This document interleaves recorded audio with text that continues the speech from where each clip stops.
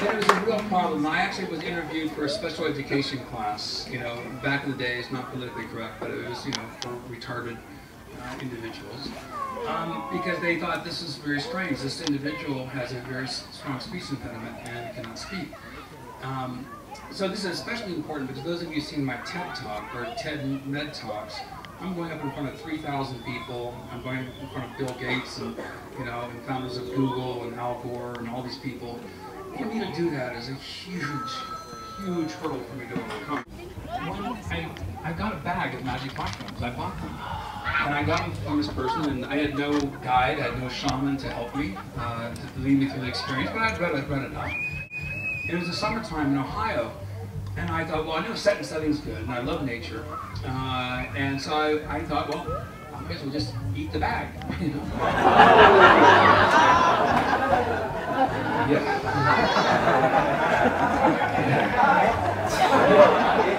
So I thought I'd eat it as I walked, you know, because they were dried, and I would eat it as I walked, and I'd drink water. And there was a beautiful ridge, and it had a really big tree on this ridge.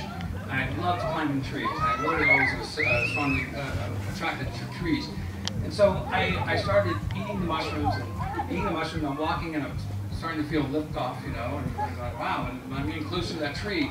And it was in the summertime, there's boiling black clouds in the horizon.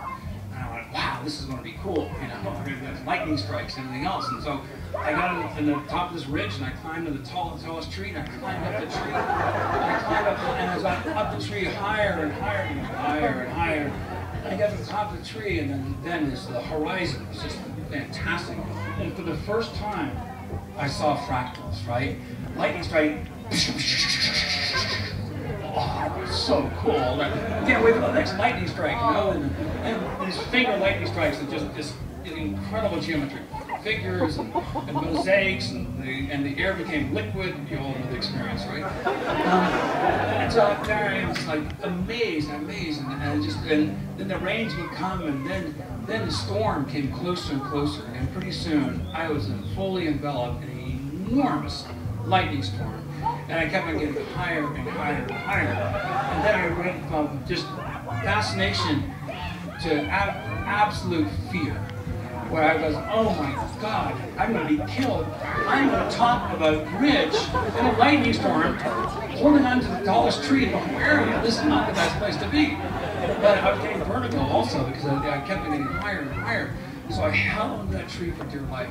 And I hugged that tree, and that tree just brought me right back into the earth, into the roots. And I felt this sense of Gaia and oneness, and just opened up my heart. And I just thought, what? And this experience is so amazing. Yes, I can die. Oh, what a beautiful death. You know?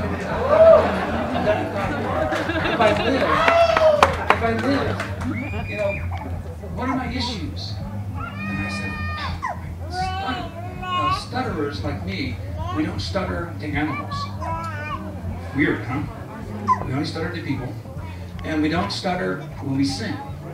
So I've got a friend in particular who is a very, very wonderful songwriter and a folkloric singer, but he stuttered just the way I did, so I told him the same story. So I'm on the top of a tree, and I'm, you know, washed by rain and threatened by lightning and terrified. And I thought to myself, okay, stop stuttering now, Stamets. Because I don't stutter when I talk to myself. Stop stuttering now. Stop stuttering now. I said that as my mantra. Stop stuttering now. Stop stuttering now. It became a song, you know? And I just said this over to myself hundreds and hundreds of times. And then the storm passed. I was up there for hours. I came down out of the tree. You know, the experience started to wane after 4 hours. And I walk home to where I was, and I go to bed. And I was incredible. Didn't see anybody. Next morning, I got up, and I got out of bed. And I'm going for some coffee, and there was a really nice lady that I liked a lot, but I didn't want her to talk to me because I didn't want to embarrass myself. She kind of liked the fact that I was shy. So I'm walking down the sidewalk, and she's walking up to me, and she looks at me and says, "Good morning, Paul, how are you?" And I looked at her right in the eyes. I said, Good morning. I'm doing just great. And I stopped stuttering. And when it stops,